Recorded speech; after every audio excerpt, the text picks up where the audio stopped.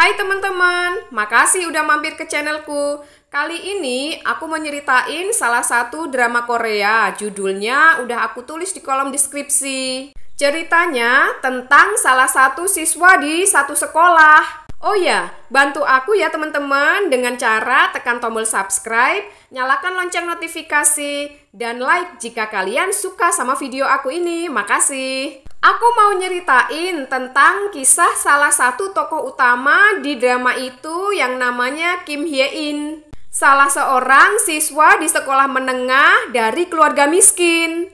Pulang sekolah, dia kerja di salah satu swalayan untuk dapat uang untuk bayar uang sekolahnya.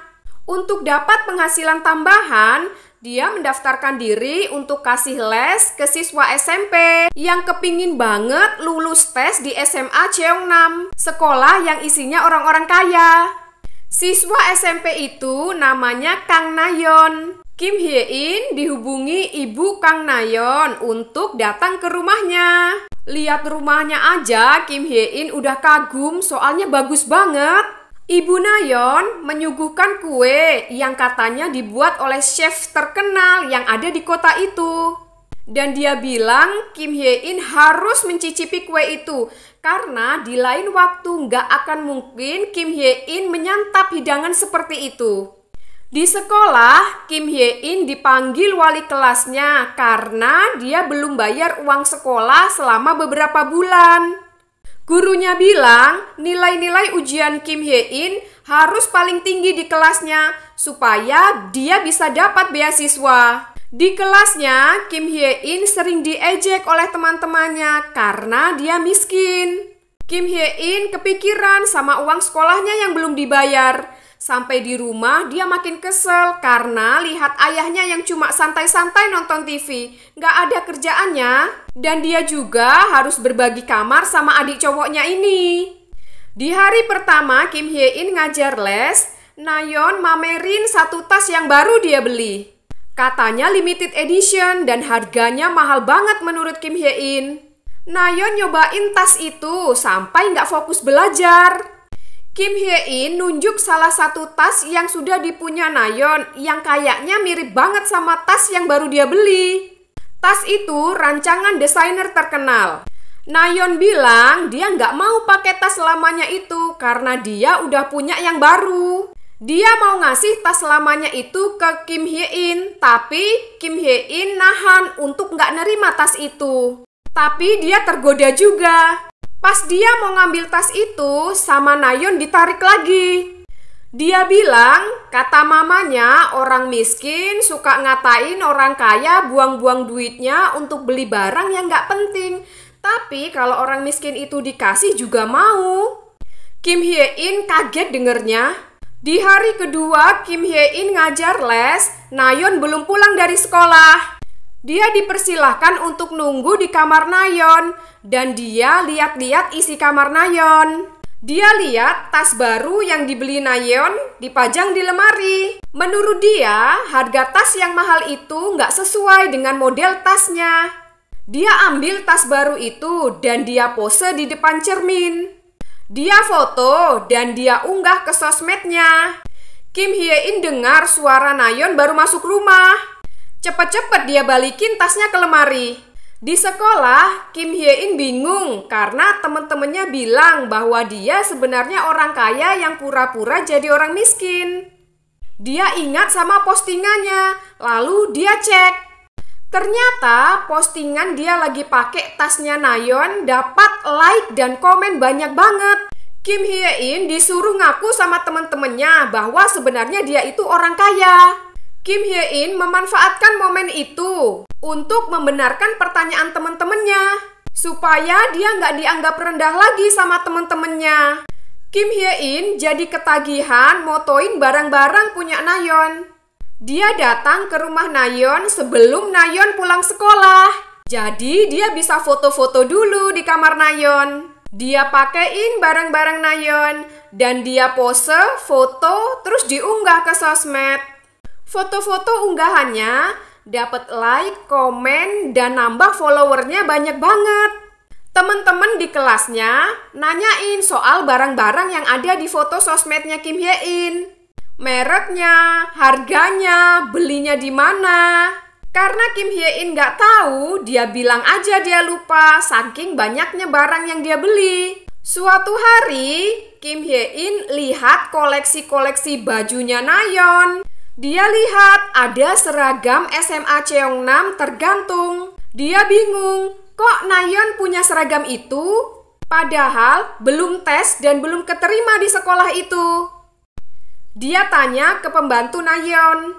Pembantunya bilang seragam itu baru selesai dijahit. Kainnya aja adalah kain yang paling mahal dan paling bagus. Dan seragam itu diantar dari penjahit ke rumahnya pakai mobil mewah. Diam-diam Kim Hye In nyobain seragam itu, seragam yang gak mungkin dia punya. Dia foto pas lagi make seragam itu dan dia unggah ke sosmednya.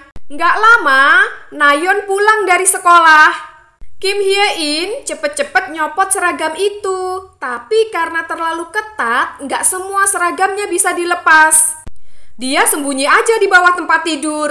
Nayeon masuk ke kamarnya dan dia cariin Kim Hye In, tapi nggak ada di kamarnya. Nayeon mau nanya ke pembantunya, tapi dia dengar suara HP Kim Hye In. Nayeon kaget banget, ternyata isi sosmednya Kim Hye In adalah foto-fotonya di kamar Nayeon pakai barang-barangnya Nayeon.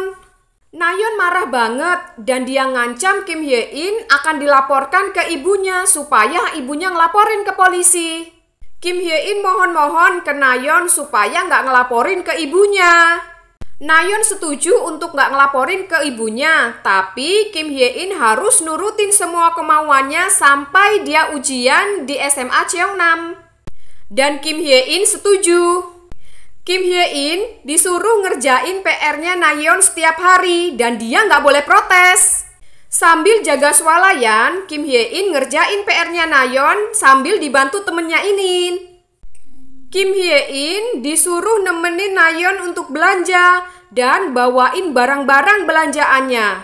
Dia disuruh motoin Nayeon dan temen-temennya. Kalau fotonya jelek, dia harus ulang sampai dapat pose yang bagus. Disuruh beliin minuman, ngelipatin semua bajunya, dan Kim Hye In gak boleh protes. Di sekolah, Kim Hye In bersiap mau ujian.